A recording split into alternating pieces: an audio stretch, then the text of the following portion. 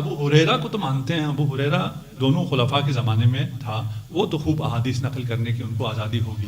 ابو ہریرہ سے پوچھتے ہیں اگر تم دور عمر میں حدیث نقل کرتے کیا ہوتا؟ وہ مجھے درے مارتا، کوڑے لگاتا، میری مجال کہاں تھی، میں کوئی لب نہیں کھولتا تھا اس دور میں۔ 150 سال بعد تازہ امام نکلنا شروع ہو جاتے ہیں۔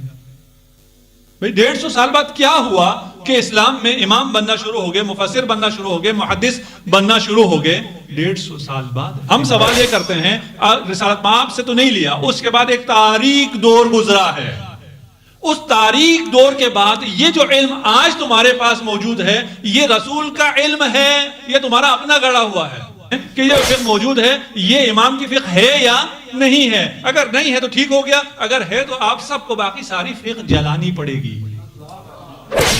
یہ معلوم ہے کہ قرآن اسلام میں دو سورس ہیں، قرآن اور سنت۔ قرآن اور سنت کہاں اور کب نازل ہوا؟ عصر رسالت مآب میں قرآن بھی نازل ہوا اور سنت بھی سارا اسی عصر میں صادر ہوا۔ اور مسلمانوں کے پاس ابھی جو بھی علم ہے وہ علم وحیانی ہے، وحی کے ذریعے اترا ہے اور پھر پیغمبر سے لوگوں کو ملا ہے۔ جب رسالت مآب سے یہ علم صادر ہو رہا تھا قرآن کا اور حدیث کا، تو وہاں موجود تمام لوگوں نے خوب اس علم کو حاصل کیا اور اس علم سے مالا مال ہو کر اس عصر میں بڑے بڑے ائمہ نکلے، مفسرین نکلے، محدثین نکلے، کلامی اصحاب نکلے اور ان سے پھر ہم نے آگے دین لیا۔ ایسا ہوا؟ کیا ہوا؟ ابھی رسالت مآب کی آنکھ بند نہیں ہوئی تھی، کہا گیا حسبنا کتاب اللہ، تمہاری ہمیں ضرورت نہیں ہے۔ دینے کون سا نسخہ جا رہے ہیں؟ میرے بعد کبھی گمراہ نہ ہوگے، آپ کی کسی نسخے کی ہمیں ضرورت نہیں ہے۔ اس کے بعد کیا ہوا سنت کے ساتھ؟ سنت اس عصر میں ممنوع قرار دی گئی۔ خلیفہ اول کے زمانے میں بھی سنت ممنوع تھی، سنت نقل نہیں ہو سکتی تھی، نشر نہیں ہو سکتی تھی، لکھی نہیں جا سکتی تھی۔ خود انہوں نے اپنی بیٹی سے کہا کہ وہ جو میں نے احادیث لکھی ہوئی ہیں 500 حدیث تاریخ میں ہے، یہ سب تاریخ میں ہے اور اہل سنت معتبر کتابوں میں، کوئی اختلافی بات بھی نہیں کر رہا، جو 500 حدیث میں نے لکھی ہوئی وہ لے کے آؤ۔ اور جب وہ لے کے آئیں تو جناب ابوبکر نے تمام احادیث کو جلا دی۔ یہ علم تو یہ تھا، اسے جلا رہا، علم جل گیا۔ دوسرے خلیفہ کے دور میں کیا ہوا؟ انہوں نے تو اپنا جمع کیا ہوا علم جلایا۔ کیوں جلایا؟ شاید اس میں جو بعد میں آنے والے لوگ توجیہ کرتے ہیں، وہ انہوں نے خود یہ نہیں کہا، انہوں نے کہا تھا ہمیں اس کی ضرورت نہیں، اسے جلا رہے ہیں۔ بعد میں آنے والے توجیہ کرتے ہیں شاید اس میں کچھ ایسی احادیث ہوں جو صحیح نہ ہوں، اس لیے میں نے جلا دی۔ تم نے رسول سے ڈائریکٹ سنیے، شاید کدھر سے آ گیا؟ آج اگر میں کہوں کہ میں نے اس سے لیا، اس سے لیا، اس سے لیا، وہ جس نے ڈائریکٹ سنی ہے وہ احادیث کو جلا رہا ہے، جو خود لکھی ہے اپنے ہاتھوں سے رسالت مآب سے مستقیماً سن کے لکھی ہوئی تمام احادیث کو جلا دیا جاتا ہے۔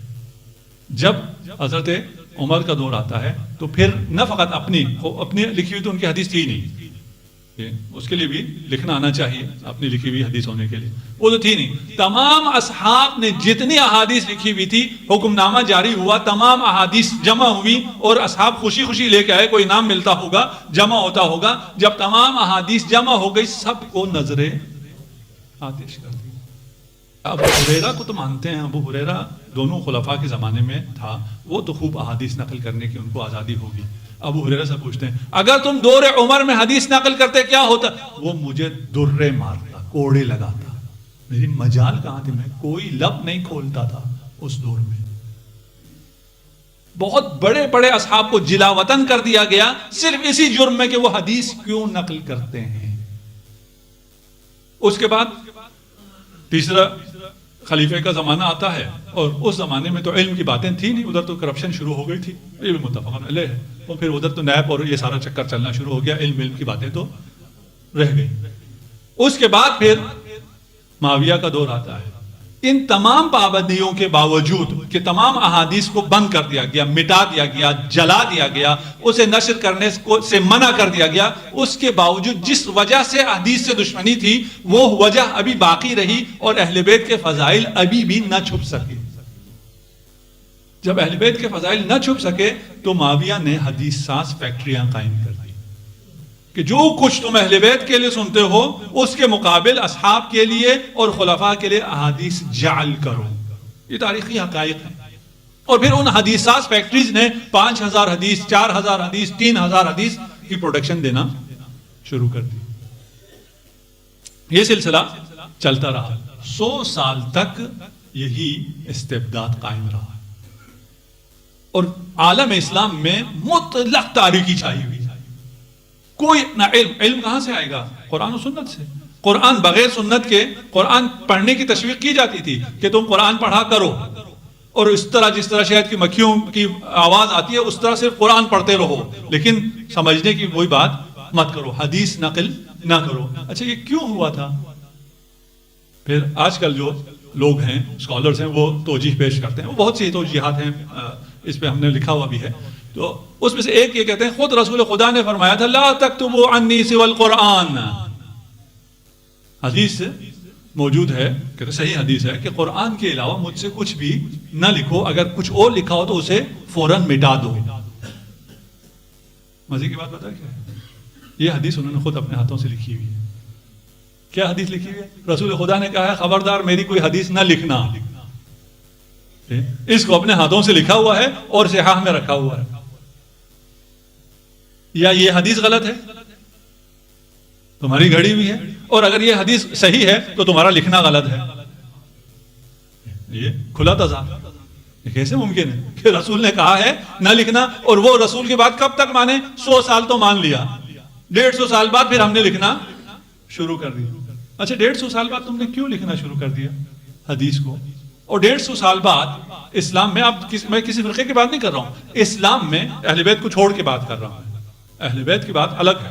وہاں پر امیر المومنین کے پاس سارا علم ہے، حدیث کا بھی ہے، قرآن کا بھی ہے، لیکن انہیں گوشہ نشین کر دیا گیا ہے. ان سے علم نہیں لیا جا رہا ہے. اس کے بعد آپ کے جتنے فرزند ہیں، ائمہ ہیں، ان سے بھی علم نہیں لیا جا رہا ہے. وہ تو سائٹ پہ ہو گئے.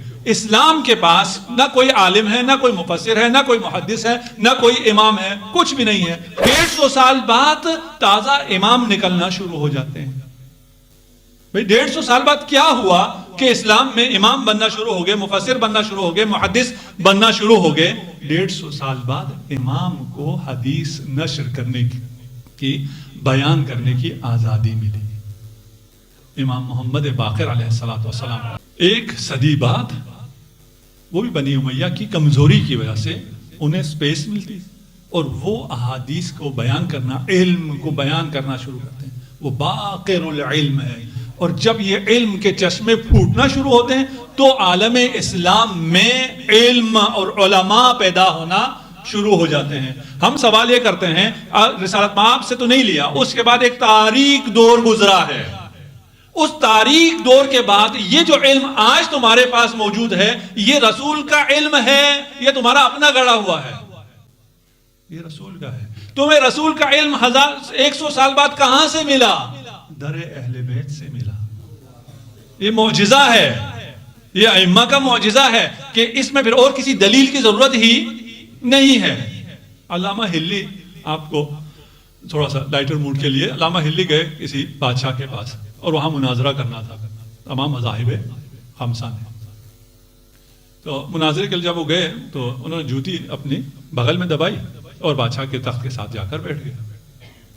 سب نے کہا یہ شیعہ عالم کتنا بدتمیز ہے، اپنی جوتی بغل میں دبا کے تو نہیں لانے چاہیے، سب اس کا جوتا کون لے جائے گا؟ انہوں نے کہا نہیں جی، مسئلہ یہ ہے کہ مجھے یہ خوف تھا کہ یہ حنفی حضرات میری جوتی چوری کر لیں گے، اس لیے کہ ان کے امام نے رسول خدا کی جوتی چوری کی تھی.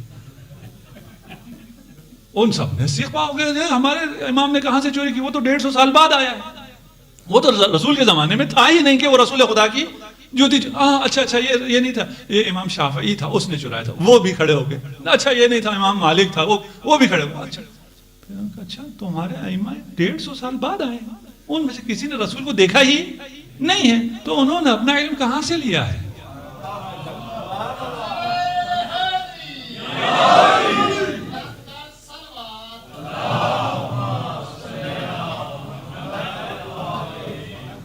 انہوں نے اپنا علم اسی در سے لیا ہے. اگر اسی در سے لیا ہے تو مذاہب خمسہ میں سے ایک در کیا ہے؟ مذہب فقہ جعفری، اور ان چاروں نے اسی فقہ جعفری سے اگر لیا ہے تو ان کو چھوڑ دو. جہاں سے تمہیں ملا ہے وہ سرچشمہ جب موجود ہے تو اسی سے لے لو. اگر یہ سرچشمہ نہیں ہے تو اس کے علاوہ تمہیں کہیں اور نہیں ملتا رسول کا علم، حدیث کا علم. تم نے تو سب جلا دیا تھا. اگر اسے سرچشمہ مانتے ہو تو پھر اسے ماننا پڑے گا. وہ تو اس چار کے برابر بھی نہیں مانتے، وہ تو مذاہب اربعہ مانتے ہیں. مذاہب اربعہ مانتے ہیں، آپ کے مذہب کو وہ مذہب نہیں مانتے. ابھی یہ بینکنگ کے مسائل ہیں اور اسلامک بینکنگ وغیرہ جو یہ لوگ بنا رہے ہیں، اس میں کیونکہ کسی بھی فقہ میں اتنی جان نہیں ہے کہ وہ کوئی اسلامک بینکنگ دے سکے، اس لیے وہ کہتے ہیں جی مذاہب اربعہ میں سے جہاں سے جو چیز ملے وہاں سے ہم اٹھائیں گے اور ایک اسلامک بینکنگ بنا دیتے ہیں، اور بنائی بھی ہے آج کل. اگر یہ چار میں سے کسی ایک سے بھی اٹھایا جا سکتا ہے تو جو اس کا اصل ہے اس سے کیوں نہیں اٹھایا جا سکتا؟ وہ کہتے ہیں جی یہ اصل میں بات یہ ہے کہ یہ فقہ جعفری ہے نہیں، یہ شیعہ رافضیوں نے ایسے ہی بنایا ہوا ہے. اور اگر یہ بات ان کی صحیح ہو تو پھر ان کی بات صحیح. اگر ہمارا فقہ امام جعفر صادق کا فقہ نہیں ہے تو پھر اس کی کوئی اہمیت نہیں ہے. اور اگر امام جعفر صادق کا فقہ ہے تو اس کے علاوہ کسی اور کی اہمیت نہیں ہے. تو آئیے اس پہ ڈیبیٹ کر لیتے ہیں. اس پہ تحقیق ہونی چاہیے. ہم نہیں کرتے، آپ کریں. اس پہ تحقیق کریں، اس پہ تھیسس لکھیں، اس پر پی ایچ ڈیز کریں کہ یہ فقہ موجود ہے، یہ امام کی فقہ ہے یا نہیں ہے. اگر نہیں ہے تو ٹھیک ہو گیا، اگر ہے تو آپ سب کو باقی ساری فقہ جلانی پڑے گی. اور اس پر کام ہوا ہے اور اہل سنت نے بھی کام کیا ہے فقہ الآل کے نام سے، اور ثابت بھی کیا ہے کہ یہ جو فقہ موجود ہے، ہم نے نہیں، ہمارے ہاں تو ثابت ہے. ان کے ہاں بھی جو روشن فکر اور محقق لوگ ہیں انہوں نے ثابت کیا ہے اور کتابیں اس پہ لکھی ہیں کہ جو ابھی فقہ موجود ہے وہ فقہ الآل ہے، اہل بیت کی فقہ ہے، اور اہل بیت کی فقہ کے ہوتے ہوئے کسی اور فقہ پر عمل نہیں ہو سکتا ہے. اگر ہماری ویڈیو آپ کو اچھی لگی ہو تو چینل کو لائک اور سبسکرائب ضرور کیجیے گا. شکریہ.